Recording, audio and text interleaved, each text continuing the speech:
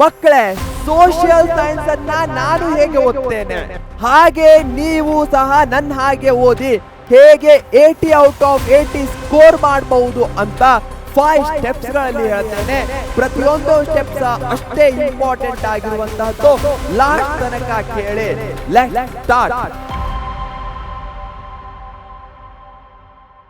ಮಕ್ಕಳೇ, ಪ್ರತಿಯೊಬ್ರು ಕಮೆಂಟ್ ಅಲ್ಲಿ ಐ ಆಮ್ ಬೆಸ್ಟ್ ಅಂತ ಹಾಕಿ. ಯಾಕಂದ್ರೆ ಬಹಳಷ್ಟು ಸಲ ನಮ್ಮ ಮನಸ್ಸಲ್ಲಿ ಡೌಟ್ ಬರ್ತಾ ಇರತ್ತೆ, ನನ್ನ ಹತ್ರ ಆಗುತ್ತೋ ಇಲ್ವೋ, ನಾನು ಇದಕ್ಕೆ ಕೇಪಬಲ್ ಇದೀನೋ ಇಲ್ವೋ ಅಂತ. ಬಟ್ ನಾನು ಬೆಸ್ಟು, ನನ್ನ ಮೇಲೆ ನನಗೆ ಪೂರ್ತಿಯಾದ ಕಾನ್ಫಿಡೆನ್ಸ್ ಇದೆ, ನನ್ನ ಹಾರ್ಡ್ ವರ್ಕ್ ಮೇಲೆ ನಮಗೆ ನಂಬಿಕೆ ಇದೆ ಅಂದ್ರೆ ನಾವು ಯಾವುದನ್ನೂ ಸಹ ಅಚೀವ್ ಮಾಡಬಹುದು. ಅದಕ್ಕೋಸ್ಕರ ನೀವು ಮೊದಲು ನಿಮ್ಮನ್ನ ನಂಬಿ ಕಮೆಂಟ್ ಅಲ್ಲಿ ಐ ಆಮ್ ಬೆಸ್ಟ್ ಅಂತ ಹಾಕಿದ್ದೀರಾ ಅಂದ್ಕೊಳ್ತೇನೆ. ಹಾಗೆ ಪ್ರತಿಯೊಂದು ಕಮೆಂಟ್ ಅನ್ನು ಸಹ ನಾನು ಲಾಸ್ಟ್ ಅಲ್ಲಿ ನೋಡ್ತೇನೆ. ಹೀಗಾಗಿ ನನಗೆ ಅತ್ಯಂತ ಇಷ್ಟವಾಗುವ ಪಾಠ ನಿಮ್ಮ ಕಮೆಂಟ್ಸ್ ಅನ್ನ ಓದೋದು.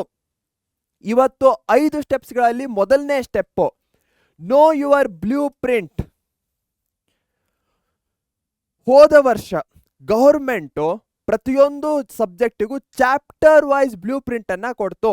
ಬ್ಲೂ ಪ್ರಿಂಟ್ ಅಂದ್ರೆ ಏನು, ಒಂದು ಚಾಪ್ಟರ್ ನಿಂದ ಎಷ್ಟು ಮಾರ್ಕ್ಸ್ ಬರುತ್ತೆ, ಓಕೆ, ಹಾಗೆ ಆ ಮಾರ್ಕ್ಸು ಎಲ್ಲಿಂದ ಬರುತ್ತೆ, ಸೊ ಎಷ್ಟು ಮಾರ್ಕ್ಸ್ ಬರುತ್ತೆ ಮತ್ತು ಆ ಚಾಪ್ಟರ್ ನಿಂದ 1 ಮಾರ್ಕಿ ಬರುತ್ತೋ 2 ಮಾರ್ಕಿ ಬರುತ್ತೋ ಈ ರೀತಿಯಾಗಿ ಮಾರ್ಕ್ಸ್ ಗಳನ್ನ ಡಿವೈಡ್ ಮಾಡೋದೇ ಬ್ಲೂ ಪ್ರಿಂಟ್ ಆಗಿದೆ.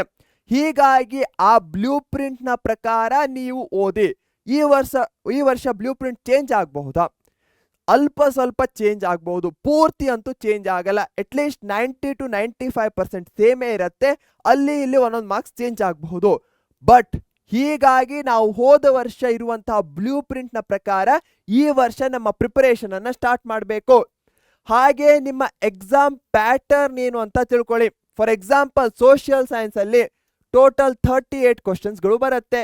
ಈ 38 ಕ್ವಶನ್ಸ್ಗಳಲ್ಲಿ 8 MCQs ಆಗಿದೆ, ಮತ್ತೊಂದು 8 1 ಮಾರ್ಕ್ ಕ್ವಶನ್ ಆಗಿದೆ, ಮತ್ತೊಂದು 8 2 ಮಾರ್ಕ್ಸ್ನ ಕ್ವಶನ್ ಆಗಿದೆ, 3 ಮಾರ್ಕಿನ 9 ಕ್ವಶನ್ಸು, 4 ಮಾರ್ಕಿನ 4 ಕ್ವಶನ್ಸು ಪ್ಲಸ್ 1 5 ಮಾರ್ಕಿನ ಮ್ಯಾಪ್ ವರ್ಕ್ ಇದೆ.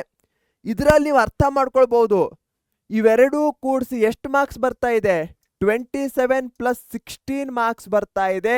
ಹೀಗಾಗಿ 3 ಮಾರ್ಕ್ಸ್ ಮತ್ತೆ 4 ಮಾರ್ಕ್ಸ್ ಎಕ್ಸ್ಟ್ರೀಮ್ಲಿ ಇಂಪಾರ್ಟೆಂಟ್ ಆಗಿರುವಂತಹದ್ದು. 3 ಮಾರ್ಕ್ಸ್ ನಿಂದಲೇ ನೀವು ಆಲ್ಮೋಸ್ಟ್ ಪಾಸು ಸಹ ಆಗ್ಬಿಡಬಹುದಾಗಿದೆ.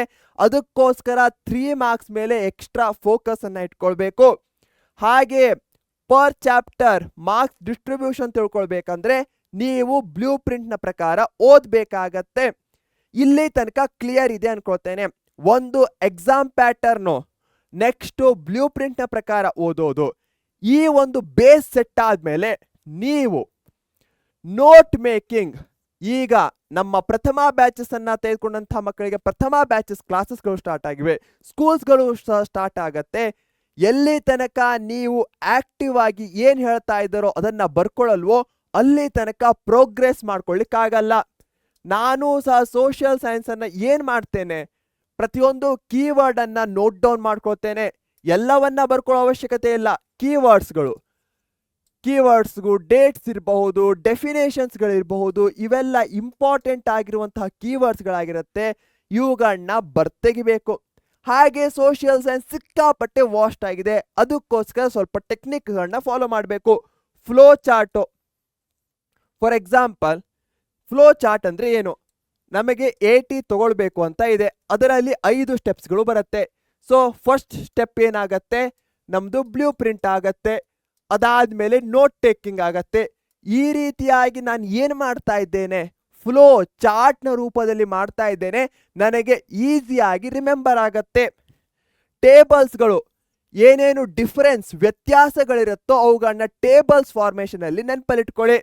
ಟೈಮ್ ಲೈನ್ಸ್ ವೆರಿ ಇಂಪಾರ್ಟೆಂಟ್ ಆಗತ್ತೆ. ಸೋಷಿಯಲ್ ಸೈನ್ಸ್ ಅಲ್ಲಿ ಇಯರ್ಸ್ಗಳನ್ನ ಹೇಗೆ ನೆನಪಲ್ಲಿಟ್ಕೊಳ್ಳೋದು ಸರ್ ಅಂತೀರಾ? ಸಿಂಪಲ್, ಟೈಮ್ ಲೈನ್ ಪ್ರಕಾರ ಹೋಗಿ.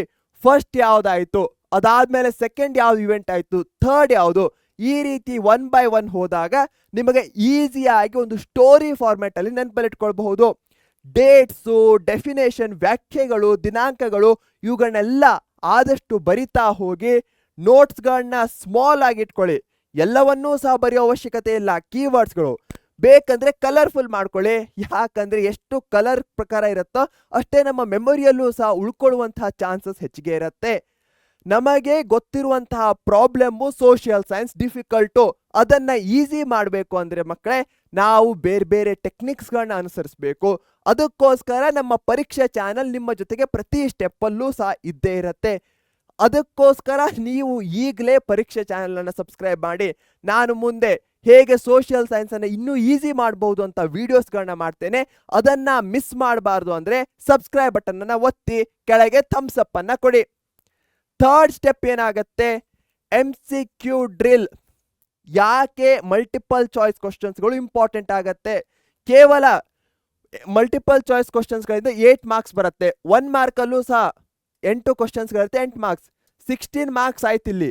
ಅದ್ರ ಜೊತೆಗೆ ಇಲ್ಲಿ ನಾವು ಹೇಳ್ತಾ ಇರುವಂತಹ ಡೇಟ್ಸ್ಗಳಿರ್ಬಹುದು, ಡೆಫಿನೇಷನ್ಸ್ಗಳಿರ್ಬಹುದು, ಇವೆಂಟ್ಸ್ಗಳಿರ್ಬಹುದು, ಅವುಗಳು 2 ಮಾರ್ಕ್ಸ್, 3 ಮಾರ್ಕ್ಸ್, 4 ಮಾರ್ಕ್ಸಲ್ಲೂ ಸಹ ಅಷ್ಟೇ ಇಂಪಾರ್ಟೆಂಟ್ ಆಗತ್ತೆ. ಹೀಗಾಗಿ ಡೈಲಿ ಒಂದು 5 to 10 MCQಸ್ಗಳನ್ನ ನೀವು ಮಾಡಲೇಬೇಕಾಗತ್ತೆ. ಸರ್ ಹೇಗೆ ಮಾಡೋದು ಅಂತೀರಾ? ಸಿಂಪಲ್, ನಮ್ಮ ಪರೀಕ್ಷೆ ಆ್ಯಪನ್ನು ಡೌನ್ಲೋಡ್ ಮಾಡ್ಕೊಳ್ಳಿ. ಅದರಲ್ಲಿ ಪ್ರತಿ ಚಾಪ್ಟರ್ಗೂ ಸಹ ನಾವು ಆಲ್ಮೋಸ್ಟ್ 10 to 12 MCQಸ್ಗಳನ್ನ ಕೊಟ್ಟಿದ್ದೇವೆ. ಡೈಲಿ ಒಂದೊಂದು ಚಾಪ್ಟರ್ ಮಾಡ್ತಾ ಹೋಗಿ, ನಿಮಗೆ ಗೊತ್ತಾಗ್ತಾ ಹೋಗುತ್ತೆ ನಾನು ಎಲ್ಲಿ ಹಿಂದಿದ್ದೇನೆ, ಎಲ್ಲಿ ಎಕ್ಸ್ಟ್ರಾ ಎಫರ್ಟ್ಸ್ಗಳನ್ನ ಹಾಕಬೇಕು. ಸೊ ಇದಕ್ಕೋಸ್ಕರ ಪರೀಕ್ಷೆ ಆ್ಯಪನ್ನು ಡೌನ್ಲೋಡ್ ಮಾಡೋದು ವೆರಿ ಇಂಪಾರ್ಟೆಂಟ್ ಆಗತ್ತೆ. ಹಾಗೆ ಅಟ್ಲೀಸ್ಟ್ ಮಿನಿಮಮ್ 5ರಿಂದ 10 ಆದರೂ MCQಸ್ಗಳನ್ನ ಮಾಡ್ತಾ ಹೋಗಿ. ಫೋರ್ತ್ ಸ್ಟೆಪ್, ಹಿಂದಿನ ವರ್ಷದ ಕ್ವಶನ್ಸ್ಗಳನ್ನ ಮಾಡೋದು ಎಕ್ಸ್ಟ್ರೀಮ್ಲಿ ಇಂಪಾರ್ಟೆಂಟು. ಸೋಷಿಯಲ್ ಸೈನ್ಸಲ್ಲಂತೂ ಇದು ಒಂಥರ ನಮ್ಮ ಏನಂತ ಹೇಳ್ಬೋದು, ಜೀವ ಅಂತ ಹೇಳ್ಬೋದು, ಲೈಫ್. ಯಾಕಂದ್ರೆ ಅದೆಷ್ಟೋ ಕ್ವಶನ್ಸ್ಗಳು ರಿಪೀಟ್ ಆಗ್ತಾನೆ ಇರತ್ತೆ. ಯಾಕಂದ್ರೆ ಸೋಷಿಯಲ್ ಸೈನ್ಸಲ್ಲಿ ನೀವು ಹೇಳ್ಬೋದು ಸಿಕ್ಕಾಪಟ್ಟೆ ಇದೆ ಅಂತ, ಬಟ್ ಅದರಲ್ಲಿ ಬೇಕಾಗಿರುವಂತಹ ಇಂಪಾರ್ಟೆಂಟ್ ವಿಷಯಗಳು ಸ್ವಲ್ಪ ಕಡಿಮೆನೇ ಇದೆ. ಹೀಗಾಗಿ ಹಿಂದಿನ ವರ್ಷದ ಕ್ವಶನ್ಸ್ ಪೇಪರ್ಸ್ಗಳನ್ನ ನೋಡಿದಾಗ ಅದೆಷ್ಟೋ ಕ್ವಶನ್ಸ್ಗಳು ಪ್ರತಿ ವರ್ಷ ರಿಪೀಟ್ ಆಗ್ತಾನೆ ಇರತ್ತೆ. ಸಬ್ಸಿಡರಿ ಅಲಯನ್ಸ್, ಸಹಾಯಕ ಸೈನ್ಯ ಪದ್ಧತಿ ಇರಬಹುದು, ಅಡ್ವೆಂಟ್ ಆಫ್ ಯುರೋಪಿಯನ್ಸ್ದಲ್ಲಿ ಪ್ಲಾಸಿ, ಬಕ್ಸಾರ್ ಕದನ ಇರಬಹುದು. ಈ ರೀತಿಯ 10 ಸ್ಟಾರ್ ಕ್ವಶನ್ಸ್ಗಳು ನಿಮಗೆ ಬೇಕಂದ್ರೆ ಕಮೆಂಟಲ್ಲಿ 10 ಸ್ಟಾರ್ ಅಂತ ಹಾಕಿ. ನಾನು ಈ ಕಮೆಂಟ್ಸ್ಗಳು ಏನಾದರೂ 200 ರೀಚ್ ಆದರೆ 10 ಸ್ಟಾರ್ ಅನ್ನೋ ಕಮೆಂಟ್ಸ್ಗಳು, ನಾನು ಫಸ್ಟ್ ಆ್ಯಂಡ್ ಸೆಕೆಂಡ್ ಹಾಗೆ ಥರ್ಡ್ ಚಾಪ್ಟರ್ಸ್ಗಳ ಮೇಲೆ 10 ಸ್ಟಾರ್ ಕ್ವಶನ್ಸ್ಗಳನ್ನ ಮಾಡುವಂಥ ಪ್ರಯತ್ನವನ್ನು ಮಾಡ್ತೇನೆ. ಯಾವಾಗ ಇವು 200 ರೀಚ್ ಆಗುತ್ತೋ ಆವಾಗ. ಹಾಗೆ ರಿಪೀಟೆಡ್ ಕ್ವಶನ್ಸ್ಗಳು ಯಾವುದಿರುತ್ತೋ ಅವುಗಳನ್ನು ಸಹ ಮಾರ್ಕ್ ಮಾಡ್ಕೊಳ್ಳಿ. ನಮ್ಮ ಪರೀಕ್ಷೆ ಆ್ಯಪ್ನಲ್ಲೇ PYQಸ್ಗಳು ಸಹ ಸಿಗತ್ತೆ ನಿಮಗೆ. ಆ PYQಸ್ಗಳು ಪ್ರತಿ ಚಾಪ್ಟರ್ ಅನುಸಾರವಾಗಿದೆ. ಅದರಲ್ಲಿ ನಿಮಗೆ ಗೊತ್ತಾಗತ್ತೆ ಎಲ್ಲಿ ನಾನು ಎಕ್ಸ್ಟ್ರಾ ಕಾನ್ಸಂಟ್ರೇಟ್ ಮಾಡಬೇಕು ಅಂತ. ಪರೀಕ್ಷೆ ಯೂಟ್ಯೂಬ್ ಚಾನಲ್ನ ಸಬ್ಸ್ಕ್ರೈಬ್ ಮಾಡಿ, ಯಾಕಂದರೆ ಎಲ್ಲ ಇನ್ಫಾರ್ಮೇಷನ್ ಸಿಗತ್ತೆ. ಪರೀಕ್ಷೆ ಆ್ಯಪನ್ನು ಡೌನ್ಲೋಡು ಇನ್ಸ್ಟಾಲ್ ಮಾಡಿ, ಯಾಕಂದರೆ ಅಲ್ಲಿ PYQಸ್ MCQಸ್ ಎಲ್ಲ ಸಿಗತ್ತೆ. ಈ ಸ್ಟೆಪ್ಸ್ಗಳು ಆದಮೇಲೆ ನಾವೆಲ್ಲ ಓದಿದ್ದೇವೆ. ನೆಕ್ಸ್ಟು ಆನ್ಸರನ್ನು ಹೇಗೆ ಪ್ರೆಸೆಂಟ್ ಮಾಡಬೇಕು. 2 ಮಾರ್ಕ್ಸಿನ ಕ್ವಶನ್ಗೆ 4 ಪಾಯಿಂಟು, 3 ಮಾರ್ಕ್ಸಿನ ಕ್ವಶನ್ಗೆ 6, 4 ಮಾರ್ಕ್ಸಿನ ಕ್ವಶನ್ಗೆ 8 ಪಾಯಿಂಟ್ಸ್ಗಳನ್ನ ಬರಿಬೇಕಾಗತ್ತೆ ಮಕ್ಕಳೇ.